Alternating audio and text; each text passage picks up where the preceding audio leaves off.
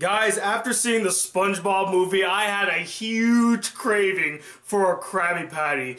Then I realized they don't exist. So I just went with the second best, a burger from Five Guys.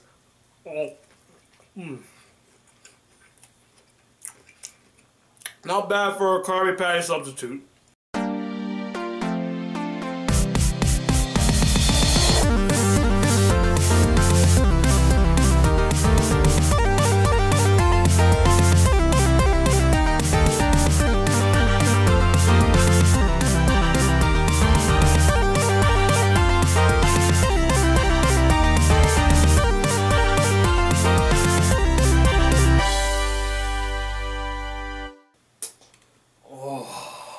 That was such a good burger. Hey guys, the Black Critic Guy, and I'm here today to review the film, the Spongebob Movie, Sponge Out of Water. Now, the Spongebob Movie starts off following the typical formula of most Spongebob episodes, literally, with Plankton attempting to steal the Krabby Patty's secret formula yet again, and SpongeBob stopping him. The same old tired gag. But this time around, during this attempt, the Krabby Patty's secret formula just vanishes, disappears without a trace, and both SpongeBob and Plankton have no idea what happened or who stole the Krabby Patty secret formula. They later find out it was this guy named Burger Beard, played by Antonio Banderas, and with the Krabby Patty secret formula gone and no more Krabby Patties, the whole city of Bikini Bottom just goes straight to hell and turns into an apocalyptic city literally in the span of 5 seconds. And so to bring back order to an apocalyptic Bikini Bottom, SpongeBob and the gang set off on a journey to locate the missing Krabby Patty secret formula and to take it back from Burger Beard. Now, I'm gonna be completely honest with you guys.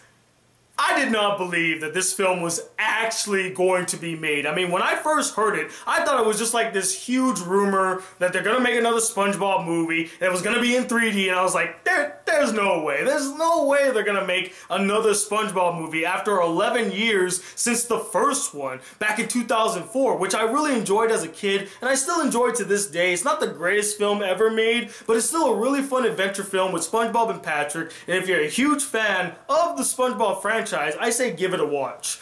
But when I heard that this film was coming out, I was like, no, I don't believe it. And the fact that it was going to be in 3D really disappointed me, because I don't feel like 2D animation gets that much love, and they're just going to turn SpongeBob into another 3D hybrid coming into the real world. So even as a huge SpongeBob fan, I love SpongeBob to death, I wasn't really looking forward to this movie.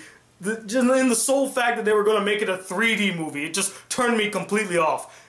Then I saw the first trailer, and holy shit, it blew my mind. I was like, wow, they took everything from my childhood and just perfected it. I mean, the 3D looked amazing in that trailer, and it just got me really hyped to see the movie. So I finally got to see the movie, and I really enjoyed it. It reminded me of some old SpongeBob episodes that I really enjoyed watching as a kid. There are two elements in the film that they needed to get right in order to have a fun, enjoyable, entertaining, and overall good film. And that's the animation and the humor.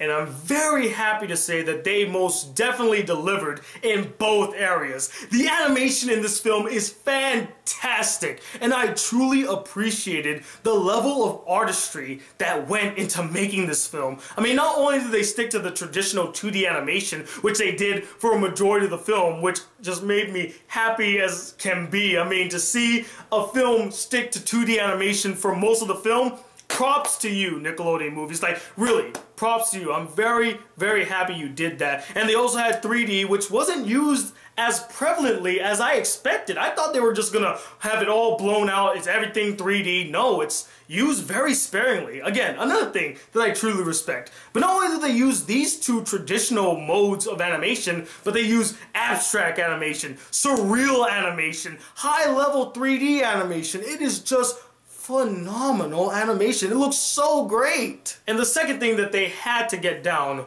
was the humor. And I'm not gonna lie, guys, I laughed out loud many times in this film. The humor was on point. Some of them did get a bit repetitive and others didn't land as much, but for a majority of the film, I was laughing hysterically. Of all the self-referential humor, some of the meta humor, some of the inside joke humor that only fans of the show would get, I enjoyed the humor. It was funny, and it was appealing to both kids and adults. Not only that, but the humor also harkens back to some of the old school SpongeBob episodes, and I loved the crap out of that. So they got the animation and humor down, but what about the characters?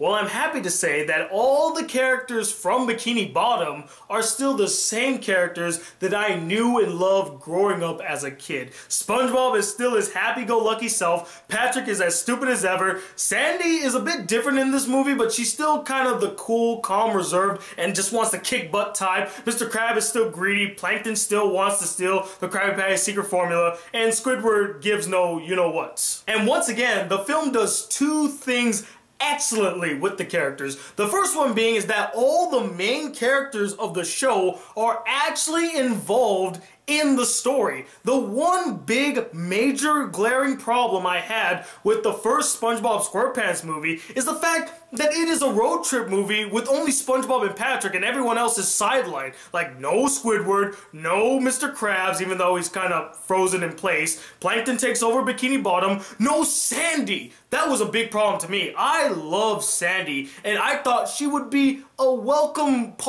member of that journey, yet they didn't invite her. In this film, all 6 of the main characters are a part of the journey, and hell, even Mrs. Puff shows up making a really funny joke, actually, that I really enjoyed. And the second thing that they did so well with the characters in this film was the ingenious pairing of SpongeBob with Plankton.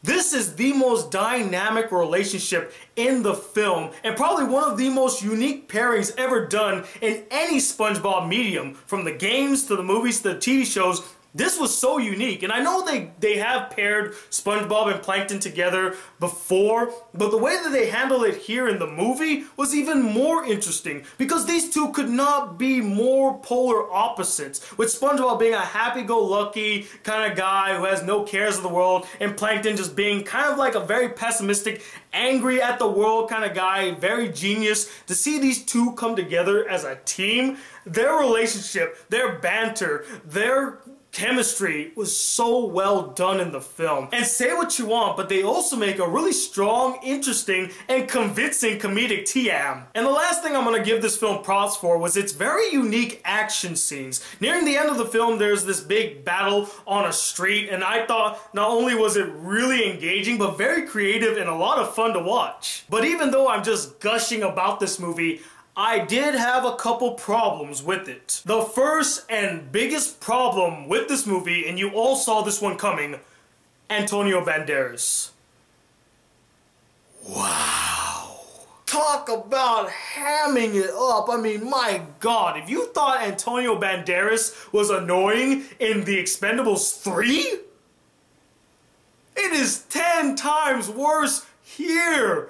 He's so unbelievably cartoony, even more so than the cartoons. How is that even possible? I could not, for the love of God, take Antonio Banderas seriously in this film. And I know you're not supposed to, because it is a kid's film and he's supposed to be playing this really over-the-top cartoony villain. But even in that, it's just, why him, of all people? Hell, just get Mel Gibson. That actually would have been even more funny to me. Antonio Banderas, oh man, this is like, I can't really say it's a career low, because this film isn't a terrible film, but at least in an acting standpoint, this is a real low for you, buddy. And to think, this guy once was El Mariachi, and now he's just Burger Beard. My God, how the mighty have fallen. And I, for one, could not stand the seagulls that followed him around in this film. They were just annoying in the worst way possible. Hell, they made SpongeBob seem like a normal character. What? The next problem with this film was the story.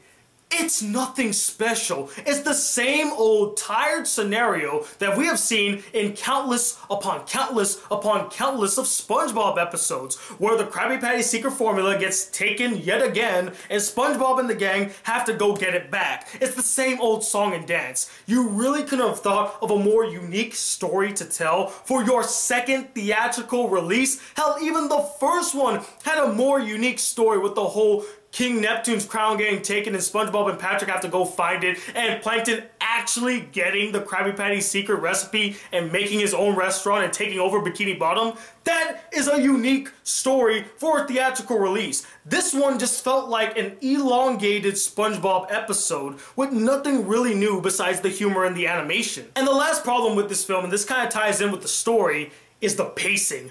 There are so many scenes in this film that just drag on for way too long, or the joke just keeps on going and you just want them to get to the freaking point. Hell, it takes them an hour and 10 minutes to go into the real world in their 3D form to face off against Burger Beard. And it really took a very long time to get to this point. Like, I was just sitting there waiting for them to finally turn 3D. I'm like, when are they gonna turn 3D? Like, shoot, we're still in Bikini Bottom. Can we hurry this scene up a little bit? But overall, even with all of its issues, I cannot deny that I really enjoyed watching the SpongeBob movie, Sponge Out of Water. Especially as a devout SpongeBob fan, as you could tell with my shirt right here.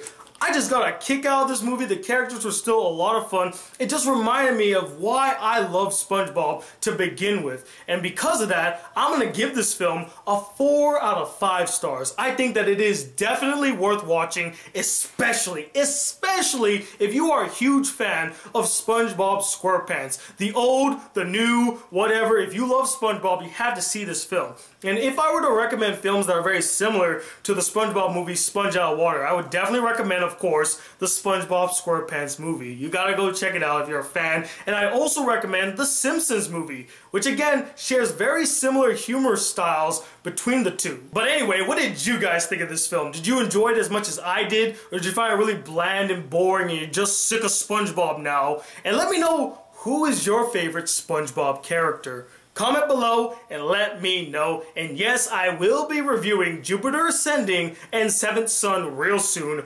Please, God, please don't make them too terrible, please. And until those reviews come, guys, if you would like to be a part of the Black Critic crew and not miss out on a single awesome video on this channel, please hit that subscribe button below, like this video if you really enjoyed it, and like my Facebook fan page so you don't miss out on any updates that'll be coming along the way. And as always, I'm Tony Watt II, the Black Critic Guy. Till then, peace, YouTube!